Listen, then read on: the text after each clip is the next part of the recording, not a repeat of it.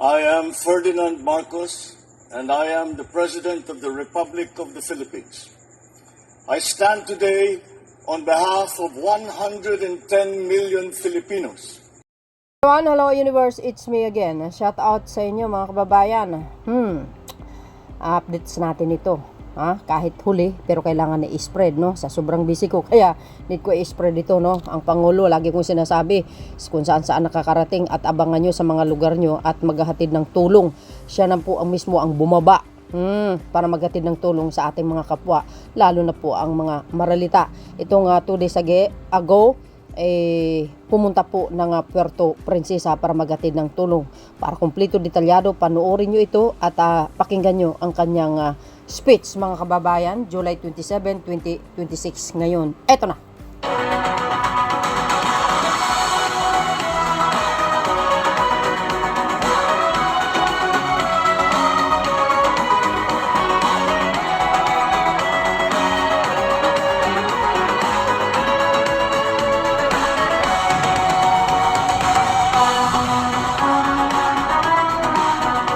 Napakalaking tulong ito sa mga barangay-barangay. Dahil ang mga barangay po, yung mga maliliit na barangay, ma'am, ay talagang walang kakayanan, kagaya ng ibang mga barangay na halos 3.5 million lang ang nagiging pundo at napakaraming narusan ng barangay.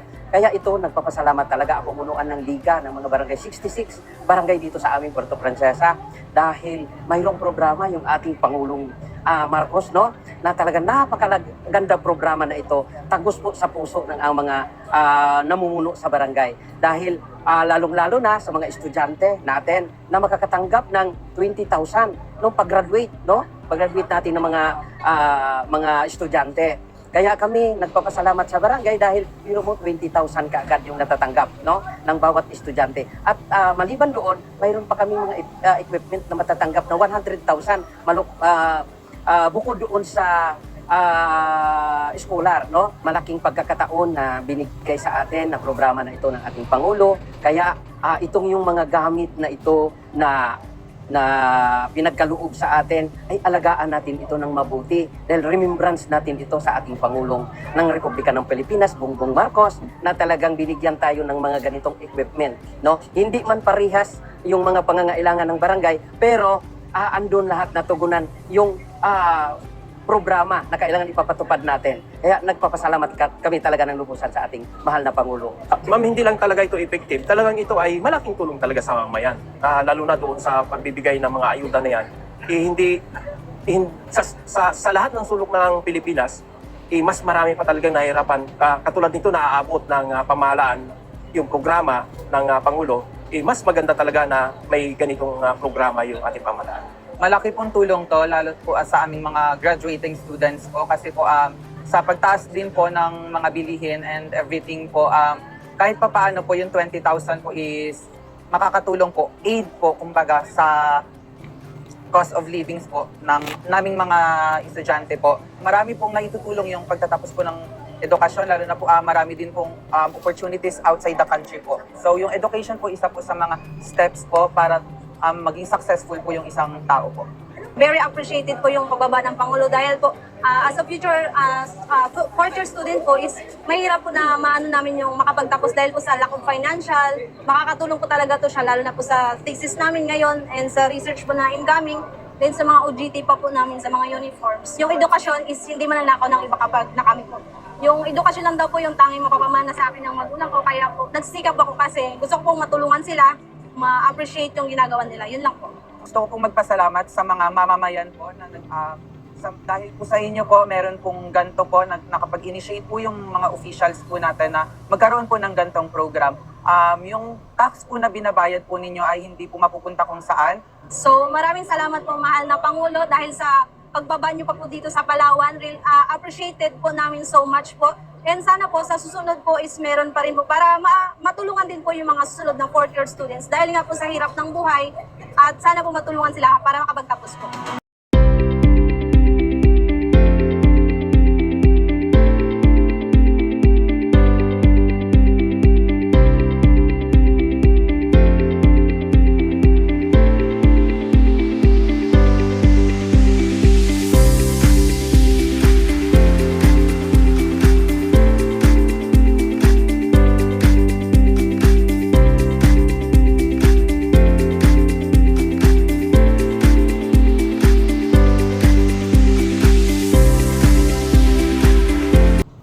Oh, di ba?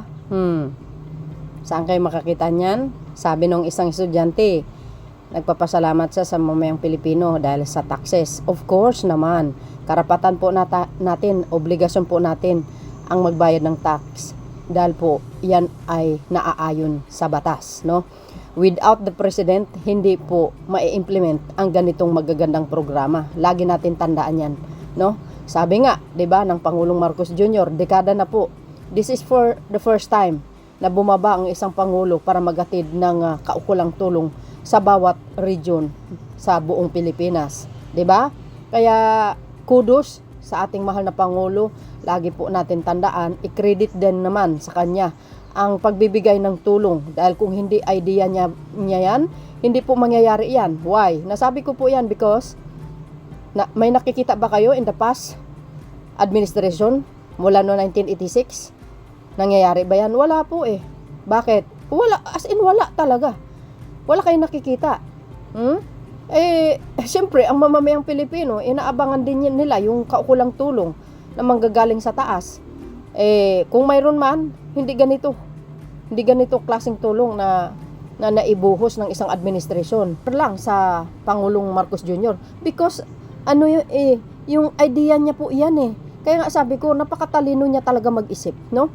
Yung mga abilidad niya, yung pamamaraan niya, paano niya solusyonan. You see guys, without the president, cannot implemented this kind of guys yung magagandang programa na yan. Nung panahon ni Duterte, tingnan nyo naman kung gaano kataas ang presyo ng bigas. Nung ito ay umupo, gumagawa talaga siya ng solusyon. Katulad ng 20 per kilo ang per bigas sa iba't ibang lugar, no? Hindi lang po yan, bumaba din ang kilo sa mga merkadong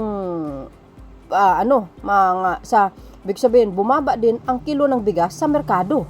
Biro nyo, very affordable. Dati, nakakaano tayo ng 70 to 75 per kilo. Iniwan ni Digong niyo po yun. Pero si Pangulong Marcos Jr., may nakita ba kayo nga ngayon na 60 ang per kilo ng bigas? Wala na. 'Di ba? 49. 'Di ba? Pababa. You see, mga kababayan, plus yung 24 kilo ang bigas sa iba't ibang lugar ng kadiwa ng Pangulo. Ganun dapat ang mag-isip. 'Di ba? Pag sa mga ganyan magagandang programa, suportahan po natin. Para kumpleto detalyado, panoorin niyo po ang kanyang speech. Eto na, bigay tulong diyan sa Puerto Princesa. Wow, congratulations po. Eto na. Maraming salamat sa napakainit na salubong na inigay ninyo sa akin muli. Lagi naman ganyan kapag ako'y bumabalik dito sa Puerto Princesa sa Palawan.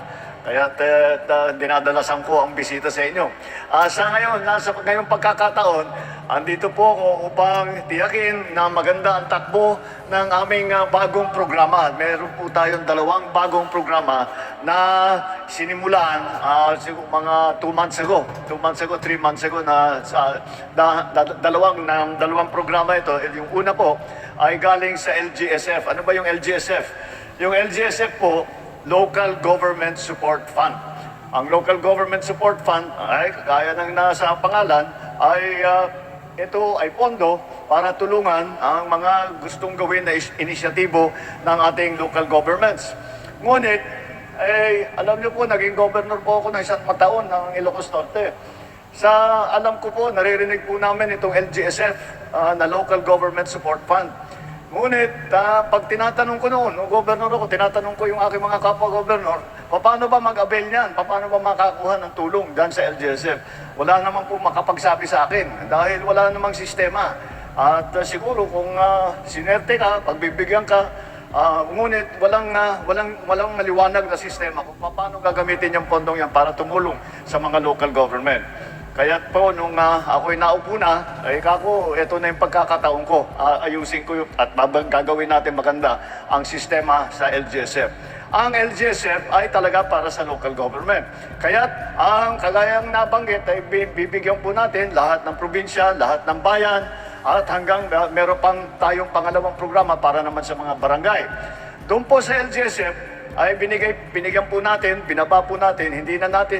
At ang malaking bagay, malaking pagbabago dito sa sistemang ito ay hindi na ang national government ang mag-implement ng national program. dahil para mabilis ang baba ng serbisyo, ay kako, galing naman ako sa local government, kako, sabi ko, dapat ang local government ang tumulong sa atin. Dahil nasa kanila lahat yan. Kaya halimbawa, pagka sasabihin natin, gagawa tayo ng listahan, sino mga dapat maging benepisyaryo, magpapadala kami ng team, galing Maynila, pupunta rito, iikot, magsisurvey, sino ba yung dapat tulungan. Kako, ang tagal-tagal nun, bago pagbabatas, babalik pa yun sa Maynila. Pagdalik sa Manila, gagawa ng report. Yung report, ipapadala sa akin. I-approve ko muna. Pag na-approve ko, saka bababa ulit sa mga iba't ibang departamento, sa iba't ibang ahensya, bago ma-distribute. Kahit na sandali, 1 minute, 2 minutes lang yung pagkasabi ko, sometimes maabot yan, kumisang maabot yan hanggang 1 taon. Kaya sabi ko, makipag-ugnayan tayo sa local government. Talagang pang local government naman itong pondo na ito. Makipag-ugnayan tayo sa local government, hindi na tayo kailangan bumaba, mag-survey, at ang mga local government, ang mga mayor, ang mga governor, lahat yan, ay nasa kanila na yung listahan. Dahil alala ko nung sa panahon namin nung sa Ilocos Norte, halos araw-araw tinitingnan namin yung listahan at binabago namin, dinadagdagan namin, nagtatanggal kami. At, kung ano man ang mga para maging tama yung ating listahan. Sabi ko, puntahan na natin ang local government, imbis na tayo mag-implementa, ay magpadala tayo ng pondo sa local government, sa mga mayor, sila nang bahala. Yun lamang, meron lang kaming hiningi. At iyon po ay dahil sa pagtitiyak na ang lahat ng ating mga kababayan ay may sapat na pagkain. Alam niyo po, nung una akong umupo, ay na-interview po ako at doon po sa interview na yon, tinanong sa akin, nung reporter, kanya, ano ba talagang hangarin mo bilang Pangulo? Ako marami akong gustong gawin. Ngunit ang kaisa-isang pinakamalaking bagay ay sana naman ay matulungan natin ang mga kababayan natin na hindi nakakatiyak sa kanilang pagkakain at sana masabi natin, dumating ang araw na masasabi natin, wala nang gutom na Pilipino. Kaya po aming ginawa ay sa pagbaba ng pondo ng Local Government Support Fund, sa pagbaba ng pondong yan, ay binigay namin sa ating sa mga local chief executives at sabi namin, yun lamang ang bahagi ng yung paggamit doon sa LGSF, yung pondo, ay magbigay tayo ng bigas doon sa mga alam natin na kababayan natin na nangangailangan ng tulong para matiyak na may kinakain sila. Meron silang mailagay sa kanilang hapagkainan, may papakain nila ang sarili nila, ang kanilang mga pamilya. Kaya ito po ang naging programa at nagbibigay po tayo ng sa 10 kilong sako para sa lahat ng mga benepisyaryo at sa pamamagitan ng programang yan, nakakatiyak tayo na lahat ng mga naghihirap ay mabibigyan ng tulong. Kagaya na nabanggit, Mayor Byron, ito po ay ang second tranche na ito. Dahil ito po ay hindi minsanan na programa. Ito po ay gagawin namin 6 na beses sa bawat taon. Bawat 2 buwan, magbibigay po ulit tayo nitong 10 kilo ng bigas, 10 kilo sako ng bigas. At sa pamamagitan niyan ay natitiyak natin na ang ating mga kababayan na kung minsan lang kumakain sa isang araw. Kung minsan lang kakain sa 2 araw at hindi nakakasiguro kung saan sila kukuha ng pagkain sa darating na panahon. Kaya yan po ang naging programa sa LGSF. Yun po yung ibang hindi nagamit dito sa Rice Support Program ay nasa sa kanila na uli yan. Nasa local government na kung saan gagamitin, magbibigay lang sa amin ng project. At kasi lagi ko namang sinasabi, wala nang mas marunong sa bawat lugar, kung hindi yung local official. Sila'y nakakaalam, alam nila kung ano yung mga sitwasyon sa kanila, ano yung mga kailangan, ano yung mga problema, at kadalasan, alam din nila kung anong solusyon. Kailangan lang ng pondo. Kaya yan ang ginawa po natin. At sa buong Pilipinas, nagbibigay po tayo, ganito po ang aming ginagawa, at para mabilis at natupad naman ang aming gustong gawin. na pabilisin ang pagbaba ng serbisyo, ang pagbaba ng tulong na kahit nagaling sa national government, sa tulong ng ating mga local government official, ay maikakalat kaagad at hindi nag-aantay kung ano-ano pa mga certificate, kung accreditation, kung ano-ano pa.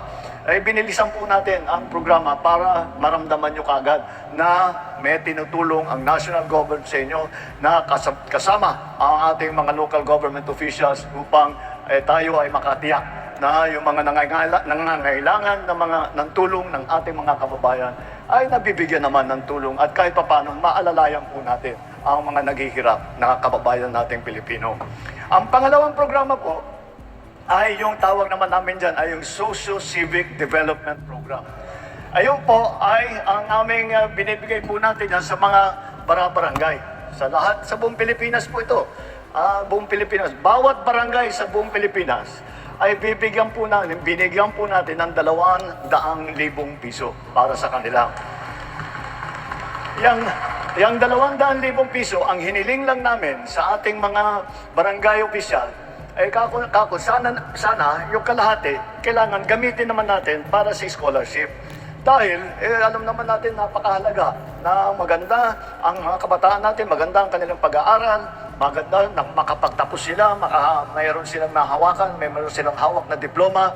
At siyempre, alam naman natin, ang pagkamaganda ang pinag-aralan at maganda ang training ng ating mga kabataan, ay marami po silang magagawa. Matutulungan nila ang sarili nila sa kanilang sariling buhay, matutulungan nila ang kanilang pamilya, matutulungan nila ang kanilang komunidad, at sa ganong paraan ay matutulungan ng buong Pilipinas. Kaya po ang sabi namin sa ating mga barangay official, namin, itong gawin ninyo. Doon sa 200,000 piso, kumuha kayo ng kalahati, 100,000. Doon sa 100,000, yan ang gagamitin natin pang bigay ng scholarship. At mamili ang bawat barangay, mamili kayo ng 5 na maging scholar, maging president. Ang tawag ngayon dyan, presidential scholar. Dahil po, yung pondo po na yan ay galing talaga sa Office of the President. At binaba natin sa ating mga barangay, at yung mga barangay namili ng tigli-5 na scholar. Nandito po yung mga iba na nakita po ninyo. At bawat isang scholar, lima sila, paghahatian nila yung 100,000, di bawat isang scholar ay 20,000 ang aming ibibigay na tulong para sila ay makapagtapos at makapag-aral na mabuti. Ang sinabi ko lang sa ating mga barangay official, mamili kayo yung talagang malapit ng magtapos. Ngunit baka mahirapan na makapagtapos dahil kulang sa pambayan, kailangan magtrabaho, kung ano man ang dahilan, magbigay tayo ng tulong para makatiyak naman tayo na bawat barangay sa buong Pilipinas ay meron tayong 5 na graduate. Kaya yung ating mga scholar,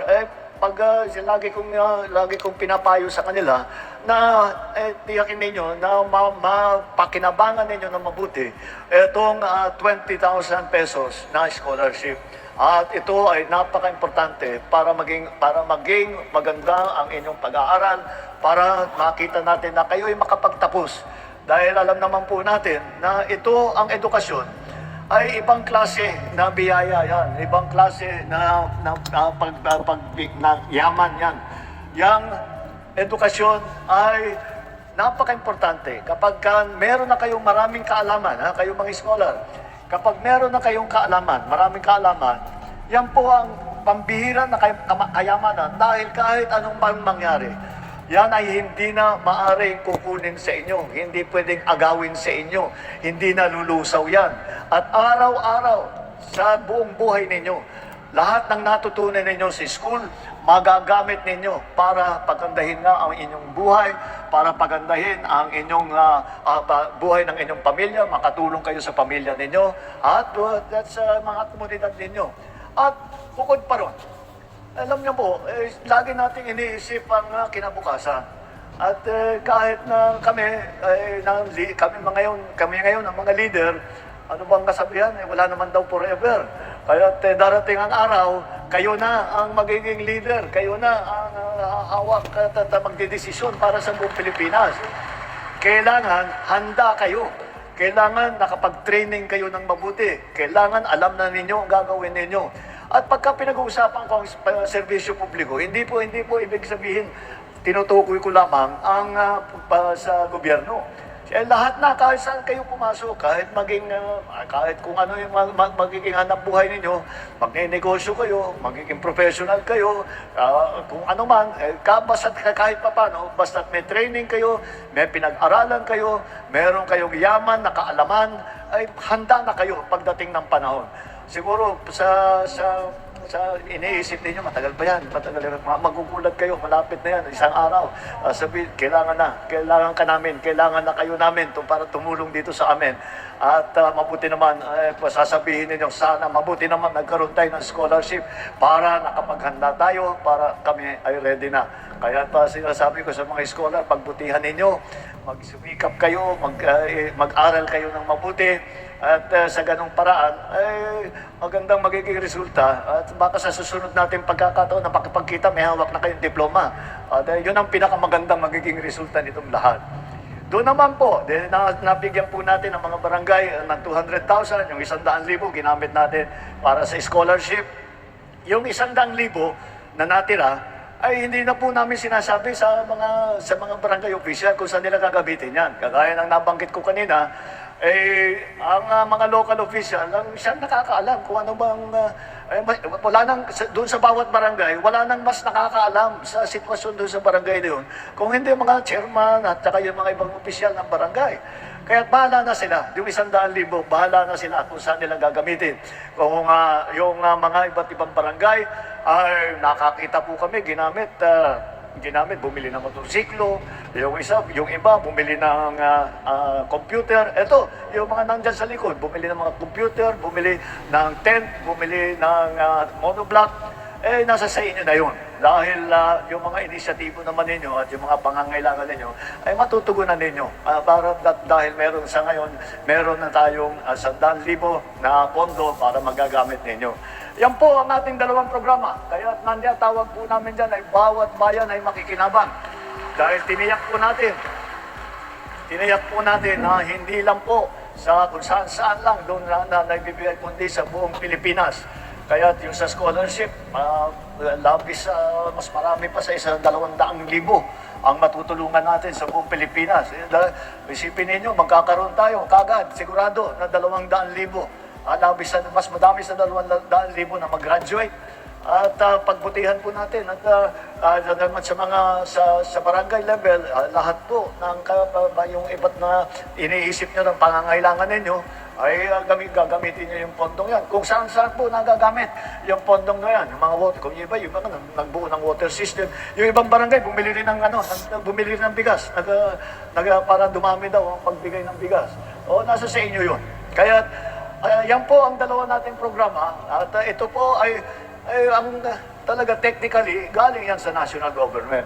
Ngunit, talaga naman, alam naman po natin, hindi magiging ganito kabilis, hindi magiging ganito kaganda ang pagpatakbo ng mga programang yan kung hindi magandang naging ugnayan ng national government at saka ng local government. Kaya papasalamatan natin ang mga local government official din dahil lagi ko naman sinasabi, kung kahit na anong ginagawa ng national government, kapag hindi kasama at hindi nagtutulungan sa local government, ay mas mahirap ang trabaho. Kaya kahit na ano pang gawin namin sa national, pagka hindi nakipag-ugnayan sa local, hindi rin mararamdaman ng taong bayan.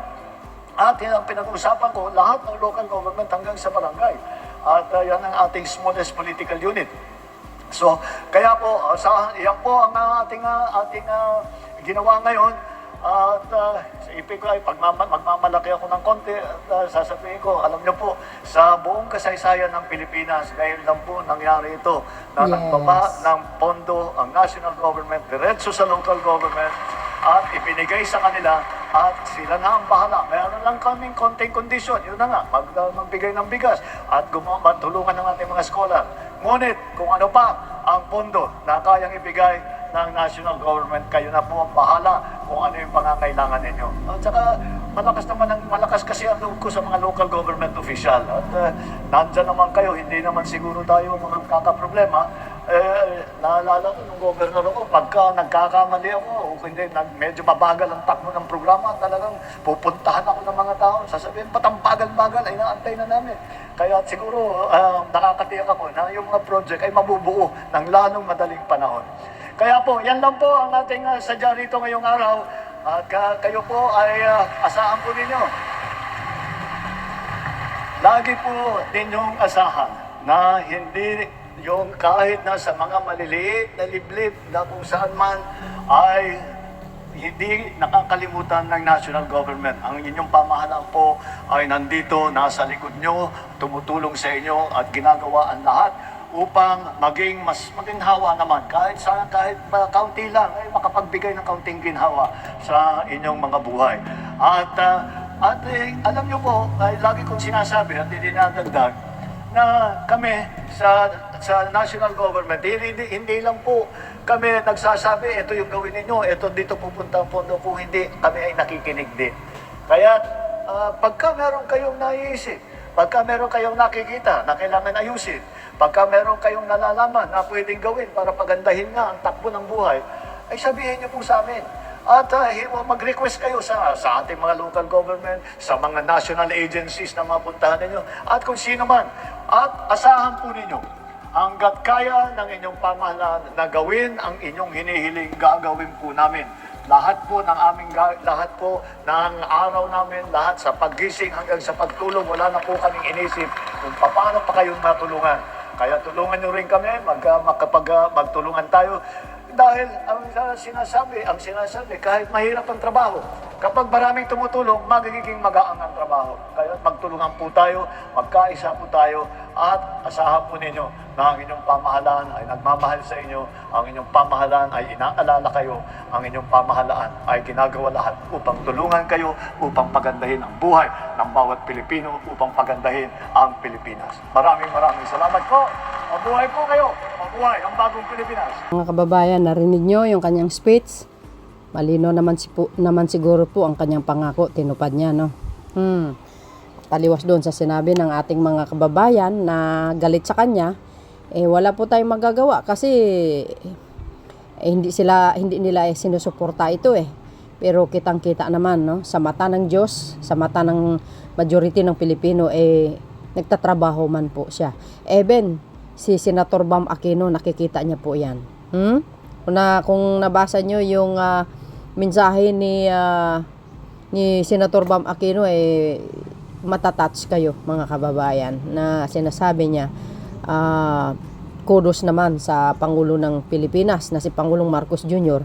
araw-araw nagtatrabaho. Biro nyo yun, dating kalaban po yun, pero tingnan nyo naman at nakikita ang kawanggawa, ang pagtatrabaho ng Pangulong Marcos Jr. no? So sana nga, sabi ng Pangulo, magkaisa na lang, no? Kung sino man ang upo sa Malacanang, hindi suportahan na lang. As long as maganda ang pamumuno, why not? 'Di ba mga kababayan? Kasi tayong mga Pilipino rin na makikinabang Sana po, no, tigil-tigilan na yung paninira sa kanya. Total naman, nagtatrabaho naman po siya. Kitang-kita naman po yan Ako man, mga kababayan, even though ako Marcos loyalist since pa sa mga magulang ko, ako wala naman akong kumbaga wala naman akong pinipili kung sino po ang iniluklok sa Malacanang sa susunod na mga panahon suportahan natin as long as maganda naman ang pamamalakad. Why not, 'di ba? Pilipino tayo no? So yun mga bes, ang aking pinaka-latest updates. At sabi ko nga, huli man pero kailangan i-spread, no? Sa Puerto Princesa yan, no, sa Palawan. So abangan nyo po ang Pangulo sa mga lugar nyo. Thank you guys for watching. Likes and hit the button bell para lagi kayong updates. Bye bye and babus. God bless Philippines. Bye everyone. There's more.